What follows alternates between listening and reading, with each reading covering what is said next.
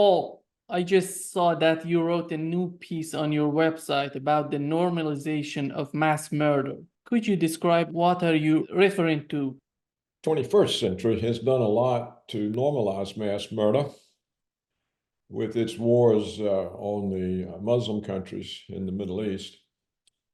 But we've never quite seen anything like the current assault of Israel on the Palestinians. And it's not just in Gaza, they're also killing the Palestinians that remain in the West Bank. But these are horrific showings every day. You can watch them on TV.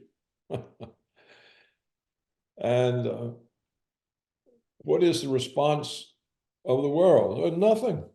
It's entertainment.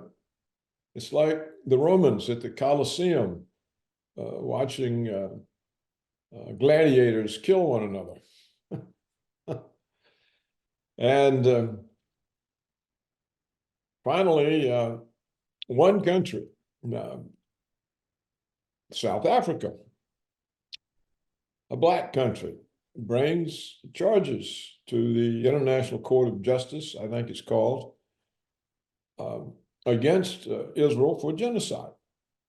And I think that these charges are currently being presented to a court that's composed of, I don't know, 15 or 16 judges. Why it has to be so many, I don't know. And the United States Secretary of State said that this was an inexcusable charge and it was galling and so on. In other words, he doesn't think genocide, particularly if it's conducted by Israelis, should be criticized. So this shows you the degeneracy of the entire Western world. Because what did Great Britain do, and Germany, and France, and Italy, and the Netherlands, and Belgium, and the rest of them? What did they do when he said that he approves of genocide and objects to criticism of Israel for its policy? Did they jump up and say, good heavens, withdraw our ambassador, end our relations with this barbaric, murderous country that not only accepts genocide, but enables it by sending the bombs, the missiles, the money, and providing the diplomatic coverage? No, they didn't. So we have to take it that the entire West, including Canada, Australia, New Zealand, approve of what Israel's doing, as they don't make any effort to stop it, and they make no public disagreement of the American Secretary of State's defense of Israel in face of the charge, which he dismisses and describes as galling. And of course, the Israelis said that South Africa was anti-Semitic for accusing them of what they are doing. It's not like they claim they're not doing it. Everybody can see what's happening. But it's still anti-Semitic. It's a criticism for it. And then Israel went further and said that South Africa, by making its protests to the International Court, had aligned itself with Palestinian terrorists who are trying to destroy Israel.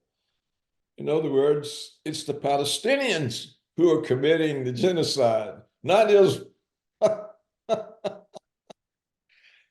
And that is the way things are turned on their head.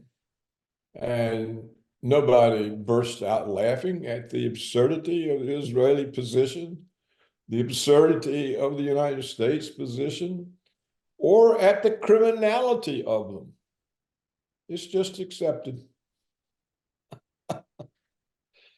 So what does that tell us about the great democratic countries who stand for human rights? When you look at this huge military buildup in the Red Sea, when they started to go to the Red Sea, we thought that Saudi Arabia and UAE gonna be with them. How do you evaluate this new attitude of these Arab states toward the United States and Israel? Well, we don't really know what that attitude is. They said one thing, but they did another. I think for the Arabs, the Arab leaders, Saudi Arabia, the oil emirates, that what's important to them is money. And whereas they probably would like to be free of the interference by Washington and the West, they remain susceptible to bribery and threats. And I think also Putin intervened, trying to prevent the war from widening, that he talked them out of any response, any military response. And so far, the only Arab response to Israel is Hezbollah. But even that quieted down, leaving the Yemeni, the Houthis in Yemen. They're the ones who are blockading shipping to Israel in the Red Sea. They're not blocking any other shipping, but ships that they know or think are supplying Israel, they attack, try to sink. And by doing this, they're trying to disrupt the flow of supplies into Israel. How effective it is, I don't know. The response of the neoconservatives in Washington was to use the opposition of the Yemenite as an excuse to invade them and attack Iran. But it seems that something is preventing the Biden regime from that policy. Whether they've had a rather stern warning from Putin, or whether they realize that the Iranians have missiles that can destroy American bases in the Middle East and close down the Saudi Arabian oil fields, thus provoking an economic crisis. I don't know. I don't know why the neoconservatives have not been able to go forward with their long-term plan of attacking Iran. And my initial response to the Hamas-Israeli conflict, the renewal of it on October 7th, was that it was mainly a Washington neoconservative Netanyahu orchestration to create conditions in which the US and Israel could attack Iran.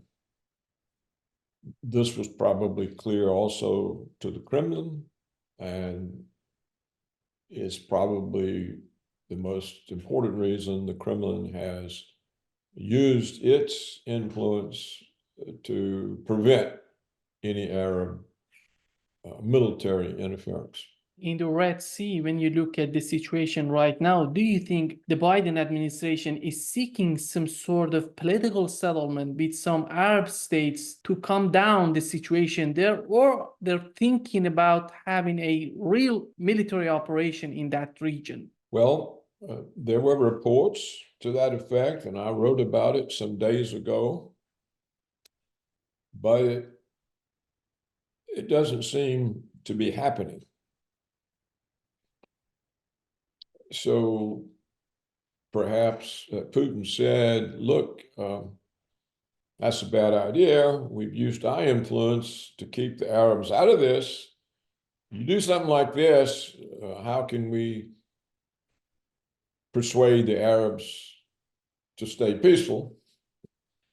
And it'll come down on your heads. That's entirely possible. So I don't know what's going to happen. I'm suspicious of all this talk coming out of the State Department about replacing Hamas with the Palestinian Authority in the West Bank, which no longer exists. How are they going to achieve that? They may think they can do it just by fiat, by how they'll recognize the Palestinian Authority and the West Bank as the rulers of Gaza. But this doesn't displace Hamas. And it doesn't wipe out the anger and the hurt that Israel has caused and brought upon itself. And so I'm suspicious of it. And I think it's a way for the West to continue the conflict while pretending to have a solution.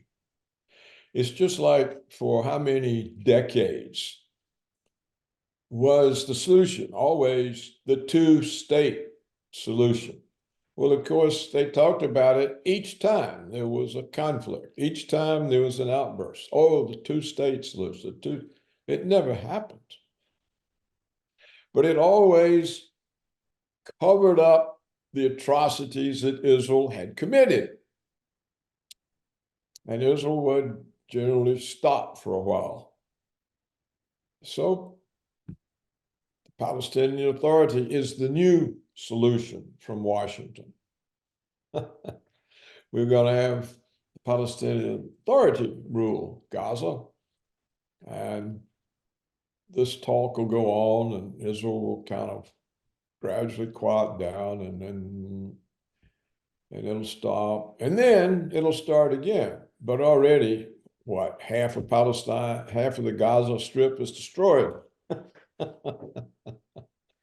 They won't be rebuilt.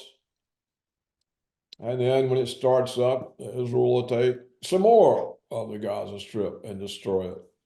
And finally, there'll be nothing left. So I think that's the way Washington and Israel play this game.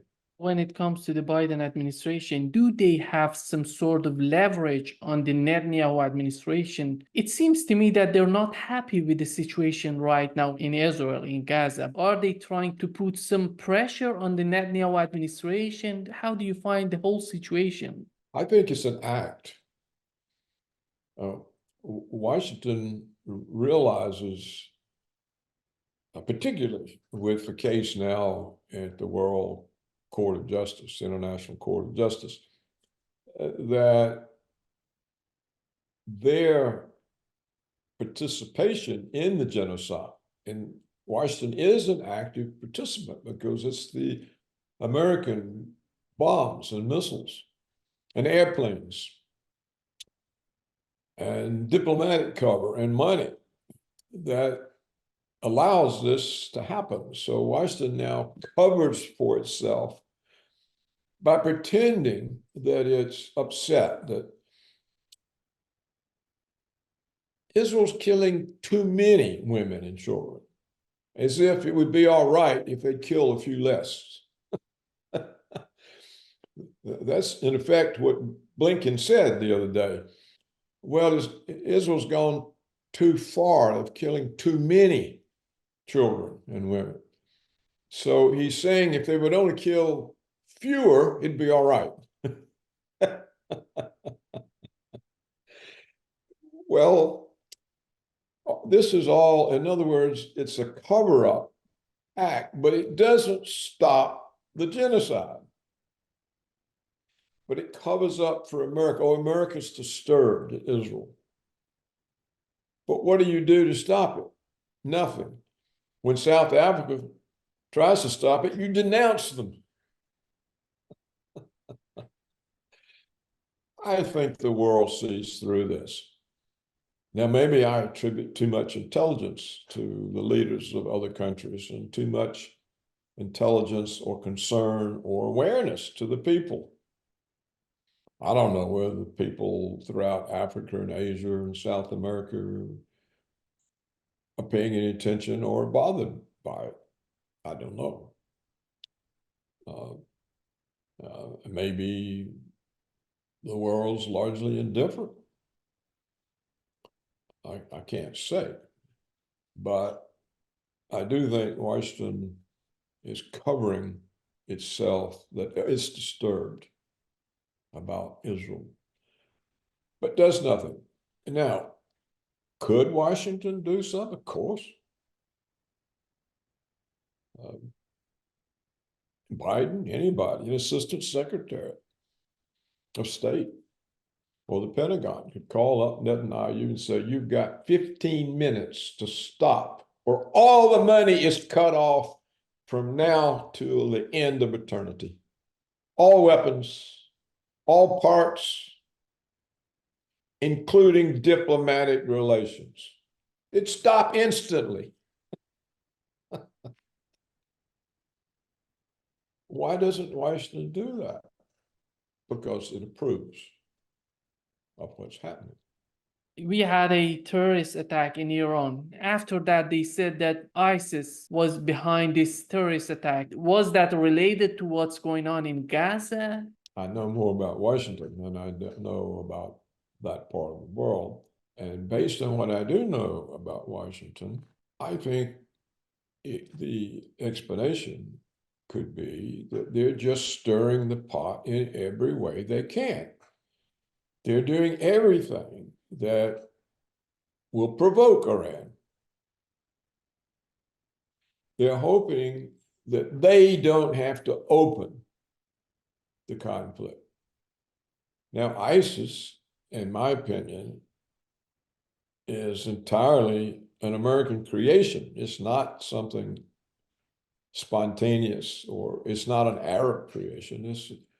It's what the CIA created to use, for example, against Gaddafi, to use against Assad, to use against Iran. So it's clearly a Washington-approved operation. And why are they doing it? As I said, it stirs the pot, makes Iran more angry. Sooner or later, somebody says, we've had enough. I think it's true that Iran is a substantial military power. I think its Revolutionary Guards have discipline. I think they're determined. As far as I can understand, the Iranians have modern hypersonic missile technology. And if they do and are producing these things, then they're actually ahead of the United States. And if they actually have a large quantity of hypersonic missiles, these missiles you can't defeat them. You don't shoot them down. They're too fast for your systems.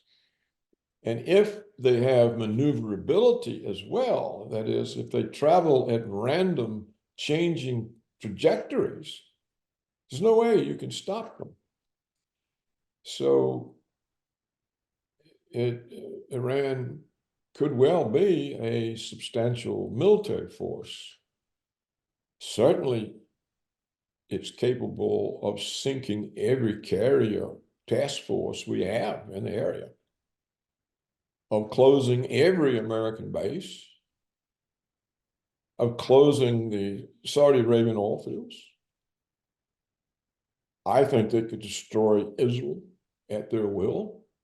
Israel's a tiny place. It's not very big. You don't have to destroy it, but 3 or 4 cities is gone. So as bad as the neoconservatives want to remove Iran for the benefit of Israel, the United States military may be saying, well, look, we may get removed too. How can the Democrats expect to win an election if they've lost the carrier fleets? If their bases are wiped out, if there's an oil crisis and you're paying $10 a gallon for gasoline. So whereas the opportunities exist for the neoconservatives and Israel, it may be too costly for them to take advantage. And not everybody in the US government is totally insane. When you look at the Biden administration's foreign policy in Ukraine right now, in Gaza, they don't seem to seek some sort of peace. Why they're not trying to change their attitude? Is it going to be beneficial to the US, in your opinion? Yes, that's a very naive question, Nima. What is the principal goal of American foreign policy? It's hegemony over the world. You don't get hegemony over the world by making peace. You get it by overthrowing the countries that are in your way. And the neoconservatives who run American foreign policy and have for the last 24 years, they don't know any difference between Israel's foreign policy and the foreign policy of the United States. They're the same. So the purpose of the United States foreign policy in the Middle East is to clear Israel's opponents off the scene. This is what all the war on terror is about. Getting rid of Gaddafi, Saddam Hussein, Assad, and Iran. Now, they got rid of 2 of the countries, but the Russians stopped them in Syria so far.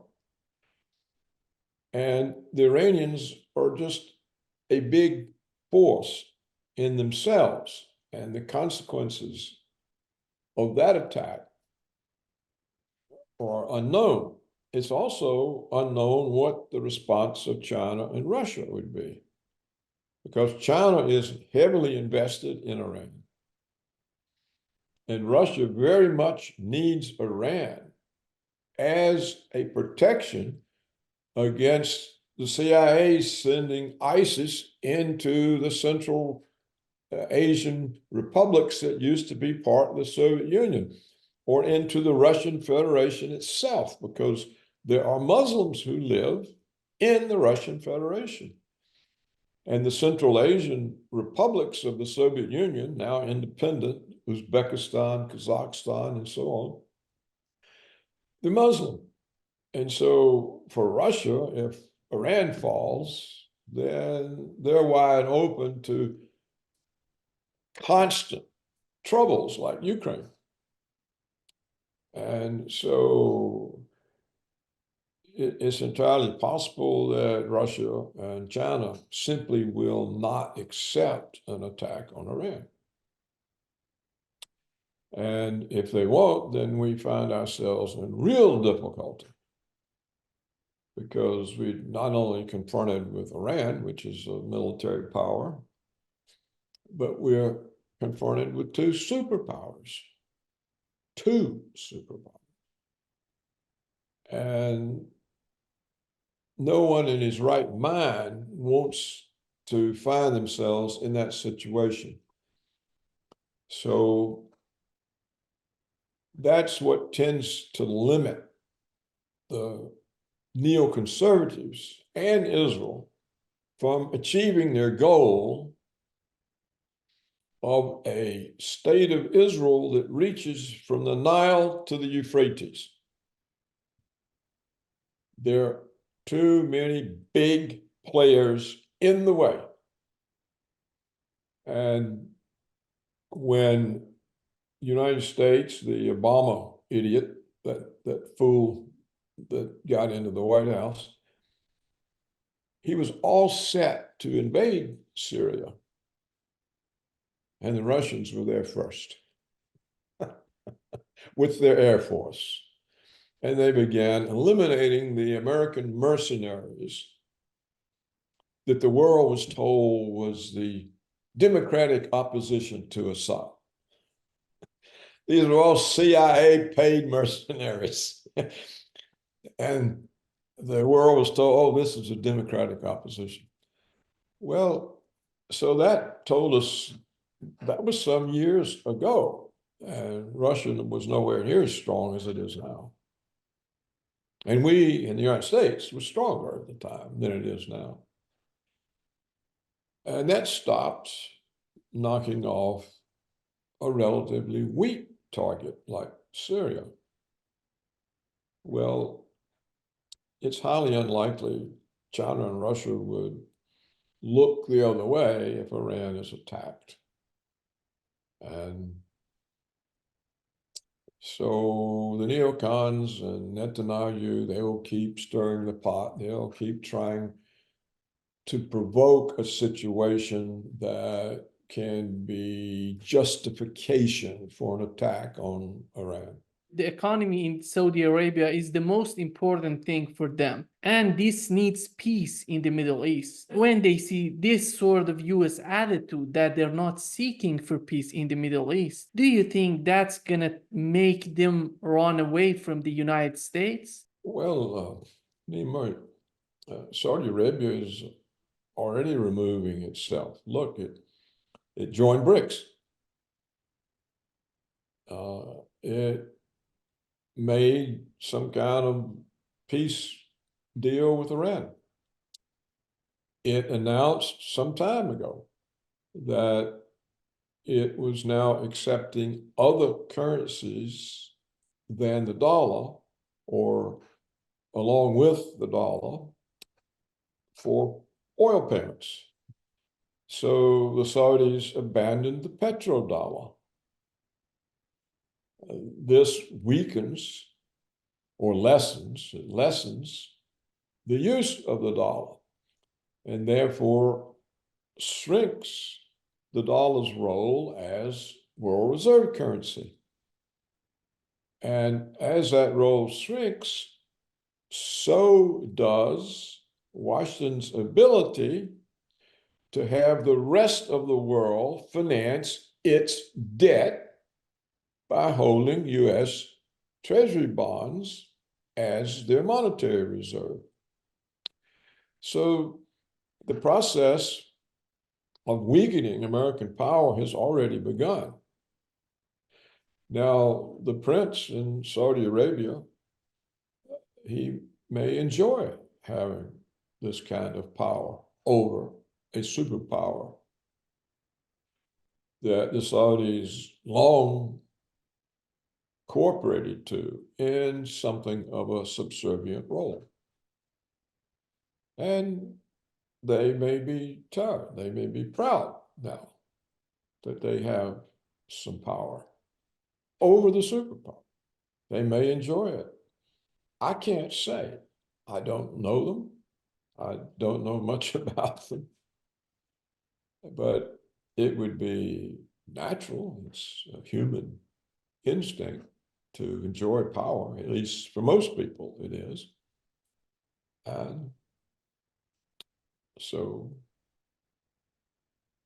don't expect the process to stop. And don't expect that the Saudis will turn on America simply because America doesn't make peace. I mean, where have they made peace? Where? In Yugoslavia and Serbia, did they make peace? In Vietnam,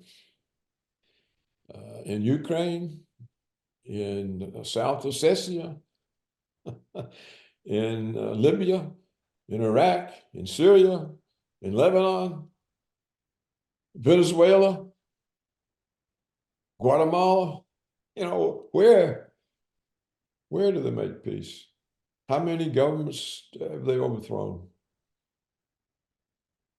All over Africa and Latin America. So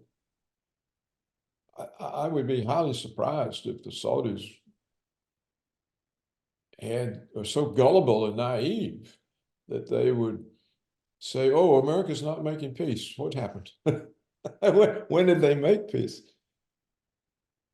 So, you know, President John F. Kennedy tried to make peace. They killed him. President Richard Nixon tried to make peace. They framed him up with Watergate and drove him out of office.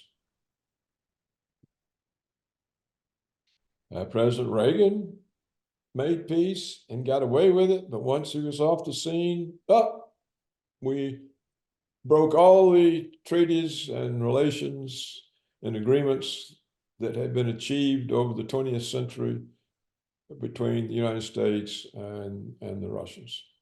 We just broke them all. By the end of the Bush administration, few were left and none survived Obama. So what is this peace stuff? Wait, peace? The United States has a massive military security complex. It has an annual budget more than $1 trillion.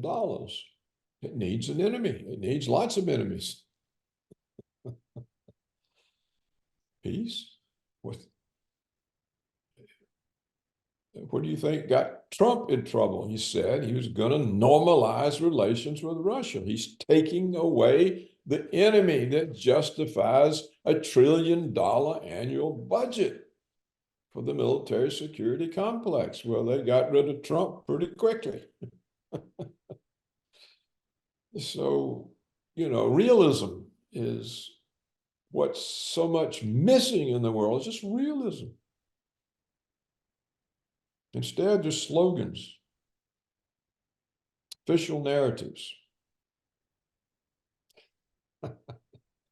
People don't think. Well, they want to go along with their peers. So the media told me this. That must be what it is. I think this can keep Western people subdued, but I don't think it any longer works with much of the rest of the world. When it comes to the conflict in Ukraine, is it getting to the final stages of this conflict in Ukraine, in your opinion, or the United States is willing to continue this conflict? The United States would be willing to, but the neoconservatives who control the foreign policy and the think tanks and so on, they see more opportunity now in the Hamas-Israeli struggle, because Ukraine was useful for propaganda against Russia. And they hope to be able to stir up some kind of internal opposition in Russia against Putin. They'd like to get rid of Putin. Maybe they were hoping they could motivate somebody to assassinate Putin by all of their propaganda about Ukraine. But the opportunity they see now in the Middle East is, as we have already discussed today and in previous interviews, is to overturn Hezbollah and annex all of Palestine into Israel and overturn Iran. If the Israelis can get rid of Iran, then there's no one to finance Hezbollah or the Yemeni or Hamas, you see. So this is where their focus is. And as the United States and the Western world in general are running out of resources, particularly military weapons, which they squandered in Ukraine. You know, the Germans have said over and over for the last month or two, we don't have enough weapons to defend Germany. And the United States hasn't got enough weapons to go to war. It should think about that before it attacks Iran. Well, they would prefer to use what resources they can muster for the goals in the Middle East. And so this puts Ukraine on the back burner. But of course, the war, there was never any prospect of Ukraine prevailing in this war or the Americans prevailing. And all that has happened is that Ukraine has lost about 500,000 of its military age young men, and half of the population has fled the country. So Ukraine now is about half the size in population. It has lost the combat, the battle. It can't possibly stand against the Russians. And the only reason they're still there is that Vladimir Putin simply refuses to use sufficient force to end the conflict. He thinks sooner or later the Ukrainians will realize the impossibility of this situation and either make peace or overthrow Zelensky so they can make peace. So it's the only reason the war isn't over and done is Putin. He lets it sit there because apparently he'd rather negotiate its end than have to kill more Ukrainians. So otherwise, the war's finished. And it's only Putin's reluctance to use effective force that makes it look like it's still a war. Germany's economy is likely to remain in recession during 2024. It seems to me that it's going to be the same for the European Union. Well, what can they do? I mean, everything is aligned against them. The American sanctions helped Russia and destroyed Europe. It cut them off from all of their trade deals with the East, with Russia. It cut them off from energy. Well, this is how you destroy economies. So what was wrong with all of the European leaders? Why were they so completely stupid that they committed economic suicide in order to please Washington? The trouble with Europe, they don't have any leaders that have enough sense to justify their existence. They've sacrificed their national interests for Washington. Well, now look at the EU. What does the EU do? It destroys the sovereignty of the individual countries. They don't even have their own money or their own central bank. They can't finance their own debt. Look what they did to Greece a few years ago. Greece was looted by its fellow European Union members. And the Greek government, instead of pulling out of the EU and saying, we're not going to let you destroy us, they collapsed and said, okay, go ahead, destroy us. As far as I'm concerned, Europe is gone. There's no way it can be revived. So you tell me, what is the West? What does it have? The United States has got nuclear weapons, thermonuclear weapons. And for a long time, it had the power of the reserve currency, and that is starting to diminish and could go rapidly. You know, de Gaulle was the last French president. He disassociated from the US. He would not join NATO. He said, I'm not going to place France under the thumb of Washington. But he was the last one. And that was when? The 60s. It was a long time ago. France hasn't been an independent nation since de Gaulle left office. Germany hasn't been one since the Third Reich failed. Britain hasn't been one since the end of the Second World War. And where are the leaders? Nowhere. Does anyone think Biden is a leader? The American public, as brainwashed and indoctrinated as they are, they clearly don't think so. The polls show he has no chance whatsoever against Trump, which is why they're trying to get rid of Trump. But you would think, well, with Biden being so disapproved of, why aren't there other Democratic leaders? They were only able, well, only one person appeared, Robert F. Kennedy Jr., a good man who's fought good battles. So what's the first thing he does? He endorses Israel's genocide. Why in the world? So he undercut himself with such a stupid endorsement.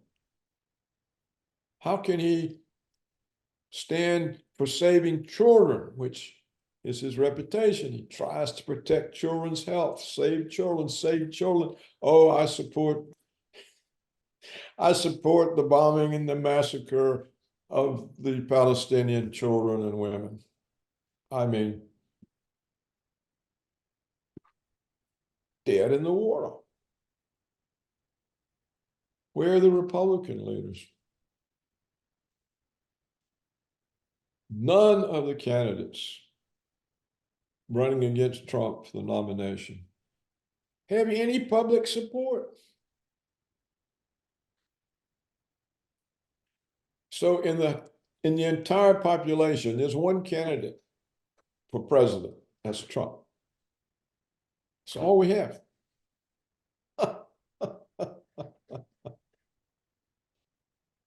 So tell me some more about the importance of the West. Paul, you talk about the immigration and these problems that Europe is dealing with, and they're not dealing with it. They're not dealing with it. They've given in to it. But it all started to intensify in 2010 when they tried together with Obama administration to overthrow Bashar al-Assad in Syria. This is the direct consequence of their policy in the Middle East. Well, in part, the immigrants are refugees from the American bombings of so many countries. But that's not the whole story. It's not even a large part of the story. You see, it's come to light that someone or some group of powerful, financially rich people are sponsoring the mass immigrations. In the United States,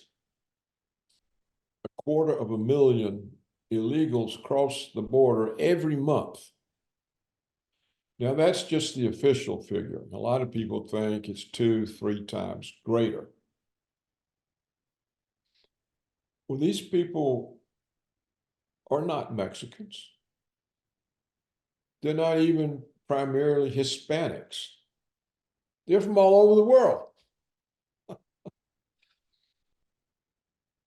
All over the world. How did they get there? Allegedly, they're the poorest of the poor. Well, they've all got cell phones, they're well-dressed, there's money in their pocket. The long lines of immigrants marching to America, someone's feeding them, someone's providing them water, medical attention. You can see the trucks accompanying them, the camps set up for them at night. There are non-governmental operations sponsoring this invasion of the United States, and I'm sure the same thing's going on in Europe. Who are they? Why are they doing this? They are watering down the ethnic basis of white countries. They're simply replacing the populations. And the countries do nothing about it. They talk and fume, but nothing happens. The immigrants continue. And it's so bad here now that even the democratic cities like New York, Chicago, Minneapolis, Denver, they are complaining we're being overrun. Another bus load comes every hour. What are we supposed to do with them? We don't have any more hotels to put them in. We don't have any more budget to feed them with. What are we supposed to do? So now it's not the right-wing racists who are complaining about the immigration. It's the Democrats themselves. They're saying, what are we doing? What are we going to do with them? And now, just yesterday in New York, the mayor has made the public schools clear out all their gymnasiums because they haven't got anywhere to put the illegals that are piling up in the city except in the public schools. So the students have said, go home and do your work online. We're going to put the illegals in the schools. And they've started with the gyms, the gymnasiums, the big areas where they have basketball courts and things like that. So you can see. And so what else happened? The state of Texas said, well, we're being overrun. A lot of the Texas cities have said, we can't cope, but there's nowhere to put another busload. And so Texas passed a law that any Texas police officer can arrest and deport an illegal alien. What happened? Instantly, the Biden Justice Department brought a lawsuit against the state of Texas for trying to protect the borders. And they ordered the border control people to cut the fence and let in more illegals. So whoever is running this operation also controls United States immigration practices. And the practice is zero border, no control. Why? The United States is in economic decline. What's it going to do with millions and millions and millions of people who don't know the language, who haven't any marketable skills? How is it going to sustain them? It can't sustain its own population. American citizens, for the most part, are over their heads in debt. There are hundreds of thousands of homeless Americans. And now we got millions of homeless immigrant invaders. Now, what kind of sense does this make? And you can't talk about it because that means you're a racist. In other words, if you have the least concern with national survival, you are a racist. I don't know how much more you want me to say to show you that the entirety of the Western world is nothing but a big joke, a sick joke run by low-grade morons who have destroyed themselves and their countries. There's no power in the West except the power of evil. It's destroying itself along with its efforts to destroy Russia, China, Iran, and the Palestinians, and anybody else that gets in its way. So that's the facts. You know, oh, it sounds so extreme. I'm so extreme. I'm realistic. I'm just telling you what is. This is not opinion. You can see the facts yourself. Indeed, almost 50 years ago, Jean Raspail, the French novelist, predicted precisely what has happened. He wrote a novel called The Camp of the Saints. And ever since, every year, I have watched that novel unfold throughout the Western world. So if you want to see what has happened and what the fate of the West is, just read the novel. Jean Raspail, The Camp of the Saints. It's the whole picture. It's right there, all of it.